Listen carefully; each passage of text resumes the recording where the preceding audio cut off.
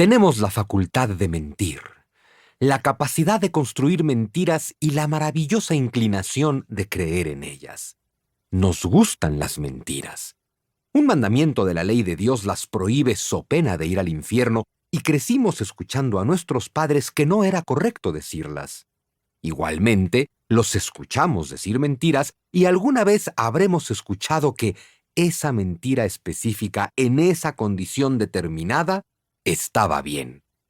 También nos contamos eso a nosotros mismos cuando mentimos.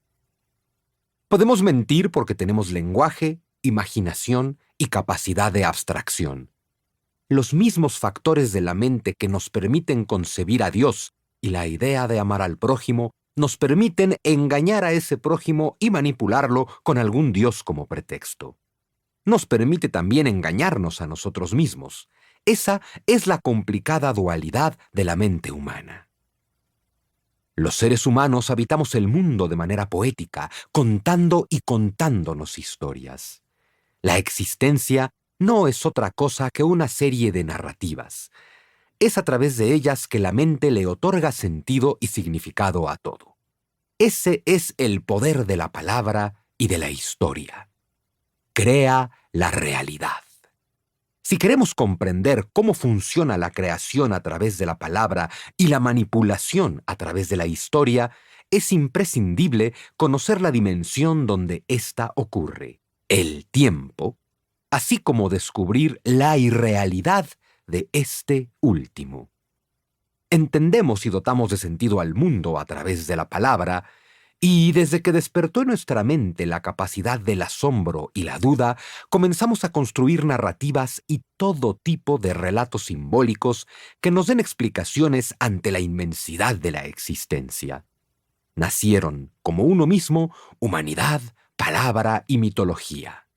Hablamos y contamos historias. Eso es lo que hacemos a lo largo de toda nuestra vida, como individuos y como especie. Eso es lo que nos hace humanos. Hacemos historias y vivimos dentro de ellas. Habitamos una historia colectiva que compartimos con una comunidad, que es comunidad gracias a que todos se cuentan la misma historia. Y habitamos también dentro de nuestra historia individual. La que nos contamos a nivel colectivo, cualquiera que sea dicho colectivo, nos da una de tantas respuestas a la pregunta ¿quiénes somos? La individual, esa que nos contamos acerca de nosotros mismos, evidentemente responde la pregunta sustancial: ¿quién soy yo? Ninguna de ellas es verdadera. Tampoco es falsa, es más bien virtual, una construcción con base en algunos recuerdos, en historias y narrativas heredadas e identidades previamente construidas. Pero es nuestra historia y por lo tanto la verdadera. Sin embargo, ese principio es igual de válido para cada uno de los miles de millones de individuos que se han contado una historia distinta y que es igual de sacrosanta e irrevocable. Algunos heredaron, se contaron y transmitieron la historia del cristianismo, esa versión de la realidad que les corresponde principalmente por azar histórico-geográfico. Otros se contaron la historia del Islam, o la del pueblo de Dios, la del Buda o la del ateo, cada una de ellas igual de fortuitas.